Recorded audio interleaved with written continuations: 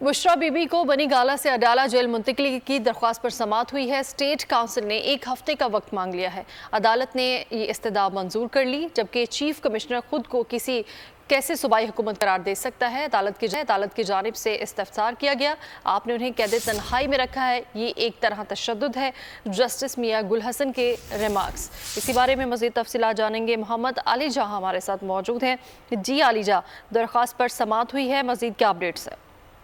देखिए, बानी chairman PTI की बेगम बुशरा बीबी को बनी गाला से अडाला जेल मुंतकिल करने की दरख्वास्त पर समाअत हुई है। स्टेट काउंसिल ने 1 हफ्ते का मजीद वक्त जो है वो अदालत से मांग लिया है। इसके ऊपर अदालत की जानिब से इस्तफसार किया गया कि ये एक रिट पटिशन है जिसके ऊपर 6 मुतफरिक दरख्वास्तें भी दायर हो चुकी हैं। इसके ऊपर आपको मजीद वक्त क्यों दरकार है, जबकि ऑलरेडी आपको इतना ज्यादा वक्त दिया गया है। इसके ऊपर स्टेट काउंसिल की जानिब से अदालत को यह बताया गया कि एडवोकेट जनरल खुद इस मामले को देख रहे हैं और हो सकता है कि वो इस केस में अदालत की मुआवनत खुद करें।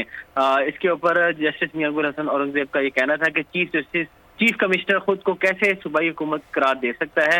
ये इख्तियार तो सूबाई हुकूमत का था अडाला बनी गाला को सब जेल करार देने का। तो इसके ऊपर जो फरीकैन है उनको दलाइल देने का वक्त मजीद दिया है और तकरीबन 1 हफ्ते तक समाअत मुलतवी है। और पाली चेयरमैन पीटीआई के वकला जो है उनको भी 1 हफ्ते तक तहरीरी जवाब जमा कराने का हुक्म दिया है अदालत ने। ठीक है मोहम्मद अली जहाँ, बहुत शुक्रिया।